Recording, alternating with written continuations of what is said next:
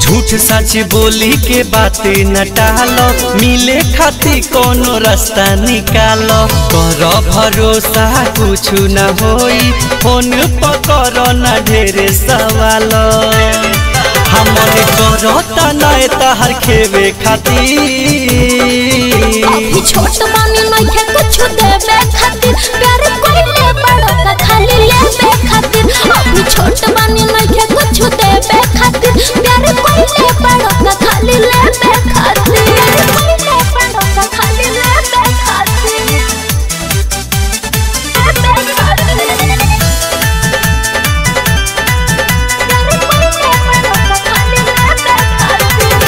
कोइले बाड़ो प्यार तू तो गोरी होनी भाव, जबे मन करता हमरा मिले खातिया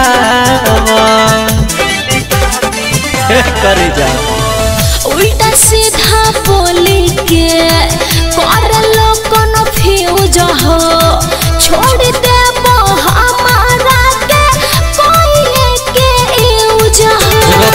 का जवानी अपन सेवे खातिर, अभी छोट बानी नइखे कुछ देवे खातिर, प्यार कोइले बड़ो का खाली लेवे खातिर। अभी छोट बानी नइखे कुछ देवे खातिर, प्यार कोइले बड़ो का खाली लेवे खातिर। कोइले बड़ो का खाली लेवे खातिर।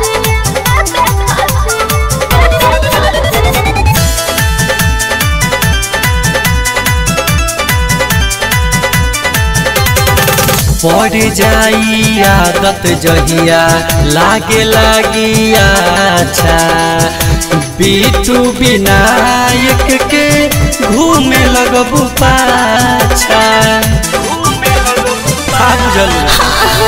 दुइये दिन के प्यार भइल होखे तो तू गहरा, मासूम कबे खाली ओहे चाही तहारा। मन करो न चिझवा भेवे खातिर, अभी छोट बानी नइखे कुछ देवे खातिर, प्यार कोइले बड़ो का खाली लेवे खातिर।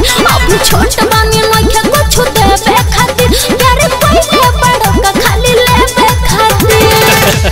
तो तहरा का बुझाता, यही का बानी देबू ना तो जइबू कहाँ।